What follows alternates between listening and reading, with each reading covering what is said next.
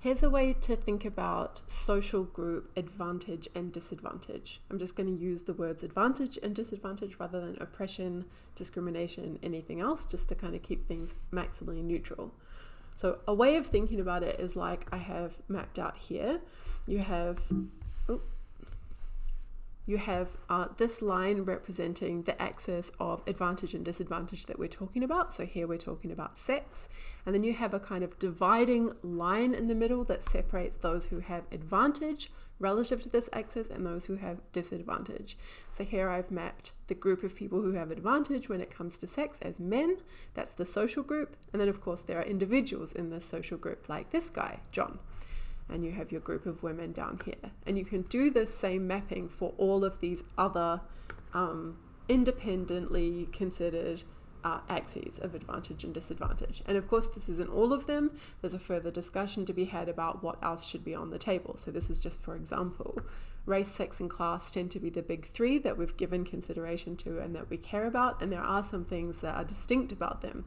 But we're also used to talking about other kinds of groups, such as groups based on sexual orientation or disability or mental health or gender minority status and so on and so on.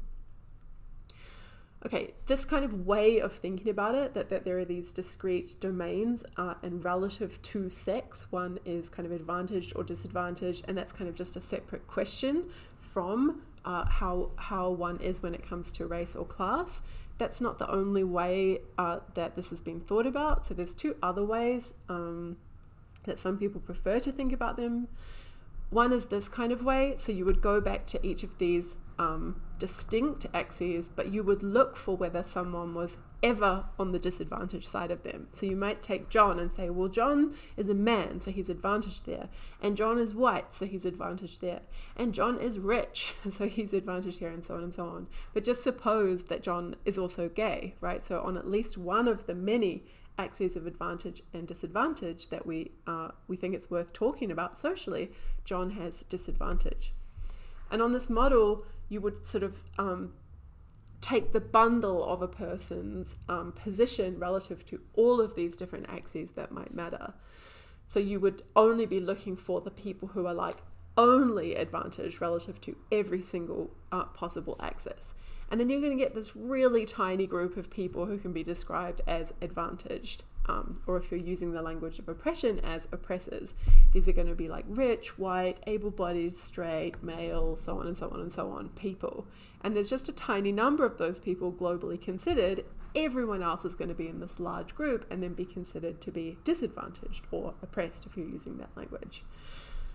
And I think this leads to us saying some pretty silly things. So I said already, John is back here and he's mostly advantaged, but there's this kind of one axis on which he's disadvantaged. And then we're going to say like things like, well, sexists are people who are advantaged, but John's not advantaged because John's gay. And then we're kind of letting John off the hook for all these other things. Like when it comes to the fact that he's advantaged, when we think about sex and race and class and disability and so on and so on. And that doesn't seem like a very helpful way of thinking about things. And that's setting aside entirely whether it's helpful only to think about things in this way, because of course there's objections to do with the stuff that's left out of these models when we focus overly on social groups, and then we overlook the kinds of things that can happen to individuals, like histories of childhood abuse, for example, or sudden deaths of parents and other traumatizing things. Okay, so set that aside. Another model that's again different from the one that I've already set out is to think a lot more about the ways that these independent or so apparently independent axes of advantage and disadvantage can intersect. So you get a lot of this discussion in third wave feminism, thinking about intersectionality.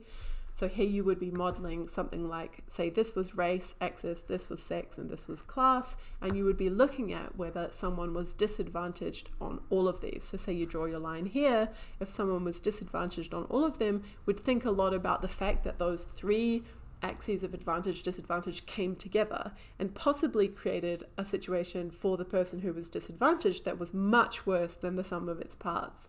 So we might think of that as being like compound disadvantage, or they're being hyper disadvantaged. And the same goes for being on the positive side of that. Okay, so I'm not really talking about either of those two models. I'm talking specifically about these kinds of ways that we consider things separately, although I'll come back to the way that these get combined at the very end.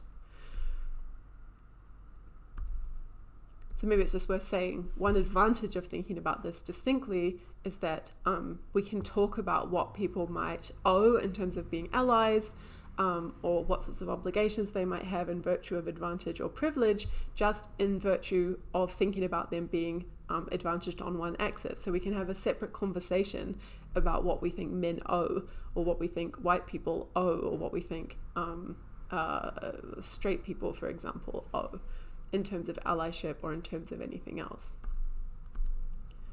And that's not, though people aren't let off the hook just because they're disadvantaged relative to some other axis. Now, what I wanted to make a point about was just about the way that these separate axes can be kind of gamed. And I'm going to do that by making a point about transracialism first as a sort of hypothetical, and then moving to make the more direct case when it comes to gender identity. So just to make the parallel, in the case of transracialism, right, which obviously there's been a lot of controversy about, and obviously isn't an entrenched social phenomenon, so either is emerging or isn't going to turn into anything particularly striking, but is a kind of interesting parallel. So take this person John again, and notice that he's on the advantage side when it comes to this axis of race, advantage and disadvantage. Just think about, for example, in the United States, he's not having to deal with all the police brutality, or he's getting an easier time when he's being interviewed for jobs, or his name means he gets more interviews, whatever you like. So you tell your story about the sorts of advantages that white people tend to have in whichever context you're interested in. And then the point is, so let's replace a couple of these axes. I had sexual orientation and disability, replace them with other plausible axes that we might be interested in. So we might want to talk about interracial relationships and the way that people have to deal with racism in public spaces. And we might also want to talk about the having of transracial status. So for the people that feel that they are transracial. So I've just substituted those axes here. And so I'm modeling transracialism as like congruence. So on the advantage side, your races you experience it as being congruent, and on the disadvantage side of the axis, you experience there being incongruent. So it doesn't feel right to you. And this is just going off how the DSM and the ICD think about gender identity, which we'll talk about soon. And the point is that if somebody identifies as transracial, what we really should be talking about is this axis here. So the fact that they are no longer in this group here, and they've become a person who's in this social group here, it's significant. And we can ask questions about, like, how significant is this axis of disadvantage in itself? Like, what sorts of material outcomes exist that are negative for people who are disadvantaged in virtue of identifying as or being transracial? And how does that relate to people who are advantaged by not having this experience? But the point is, like, that's a discussion we should be having about transracial status itself. Like, what is that axis of disadvantage? What do those people experience? And then what is the relation between them and people who are advantaged on that same axis? What we don't tend to do, and what I think probably most people would agree that it would be bizarre to do, would be to rewrite how we think about the other categories just because of this fact of transracial identification. So even if we want to model John as being down here in the disadvantaged category, we don't then go and rewrite his facts about his race, the location on the race axis, and the location on the interracial relationship axis. So if John is white, then John is still counting as a white person when it comes to thinking about race. And we might want to say the same things about John that we say about other white people in terms of, like, what they owe in the sense of getting rid of privilege, or in terms of allyship or anything else. And we also might want to say, well, if John's a white person and his partner's a white person, he's just not in an interracial relationship. It doesn't matter that he identifies as transracial. We're talking about this over here, but it doesn't change his status and automatically mean he's in an interracial relationship and appropriately modeled as someone who is disadvantaged in the same way that other people are disadvantaged in virtue of that axis. Right? So we think there are significant differences between John and the people that we normally model down here.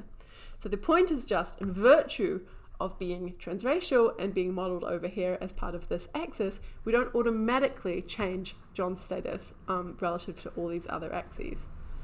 And of course, what I really want to talk about is gender identity and the fact that we absolutely do that when it comes to gender identity, and I don't see any argument why we should. So again, I've replaced the categories from interracial and transracial to go back to sexual orientation that we had to start with, and then replacing transracial status with gender identity. So you have your group of people who are gender congruent, so that is, they don't feel any dissonance between the gender that they are like assigned and their sex. And then we have people who do feel incongruence. Okay, set aside all the complications about how many women, in fact, don't identify with gender stereotypes, and so it's bizarre to talk about congruence anyway. Just set all that aside and just kind of accept for the sake of argument that, most of us are gender congruent in this way, and then trans and non-binary people are gender incongruent. Then you have your usual story, the opposite sex attracted people are on the advantage side of the sexual orientation axis, and then your same sex attracted people are on the disadvantage side. And then your usual story about sex-based advantage and disadvantage. And again, all of this is interesting and important because we might want to talk about what sorts of negative outcomes people on the disadvantaged side face. And we might want to talk about the ways in which advantaged persons in some of these cases maybe possibly benefit materially, possibly don't, but in some sense like have the capacity to be good allies or to help achieve equality, and so on and so on. So we're interested in talking about location for all of these axes. And the point is that we do this weird move of saying that it follows from being located on this axis of being disadvantaged by gender identity, that we also rewrite the person's position when it comes to these other things. So suddenly, even though John is a person who's attracted to women, and so is opposite sex attracted, and so is advantaged, we're suddenly acting like it follows from John's identifying as trans that John is gay. So he's suddenly in the same sex attracted side, and he becomes disadvantaged.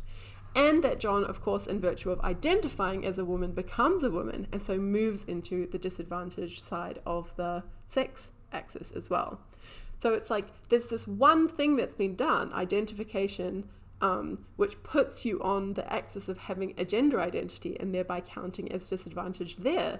But it's being taken to rewrite your position in virtue of all these other axes as well, which gets you off the hook if we're going to be talking about privilege or allyship or anything else.